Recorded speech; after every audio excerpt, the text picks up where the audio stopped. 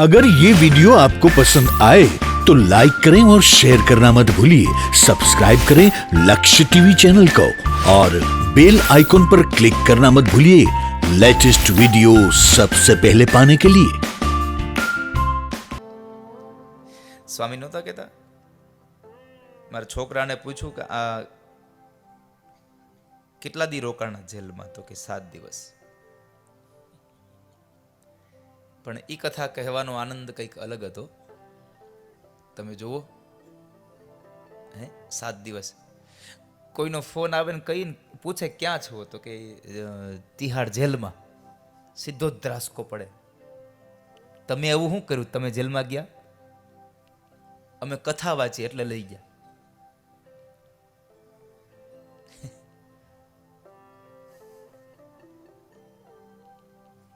14,000 કેદીઓ છે। બોલો, વિચાર કરો તમે, કેટલા? 14,000 કેદીઓ છે। પણ એક બહુ દુઃખની વાત હતી, એક બધા યંગ હતા, બધા છોકરાઓ યુવાનો હતા।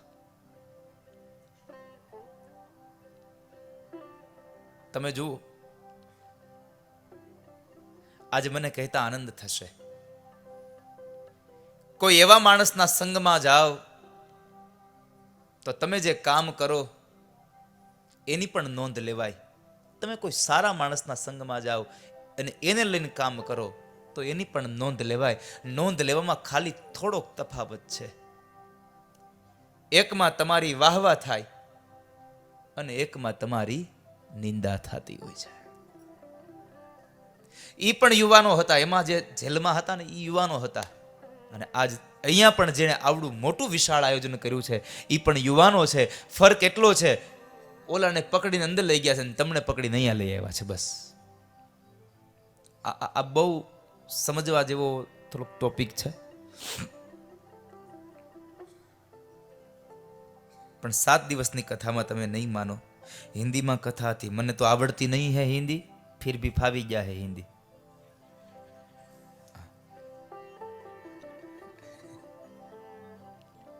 એ કથા લાવી ન આપવા દીધી મહેશ। બાકી તને સાચું કહું ને તો એક યાદગાર રૂપી કથા હતી। બધા કેદીઓ બેઠા હોય હામાં, અને આમ આમ આમ તમે જુઓ, કઈ નાના હુના નહીં, 302 વાળા। હા, 302 વાળા। એકને પૂછ્યું, એલા તું હેમાં આવ્યો?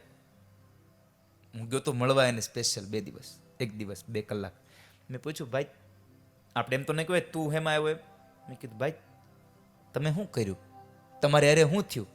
મને કહે મારી હારે કાંઈ નથી થયું। મેં કીધું તો? એ કે મેં કર્યું બીજા હારે। મેં કીધું તે શું કર્યું? એ કે 2 ને મોકલી દીધા। લ્યો, મેં કીધું તું થોડોક આમ આગો બે।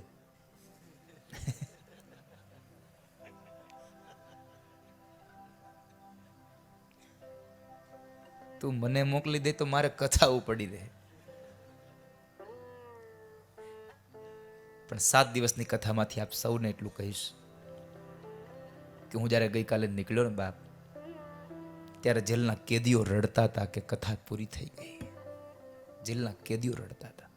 એમાંથી ઘણા લોકો એવા હતા કે જેઓ બતાવતા હતા મને અમે નિર્દોષ છીએ। નિર્દોષ હશે, નહીં હોય, બરોબર, ભગવાન જાણે।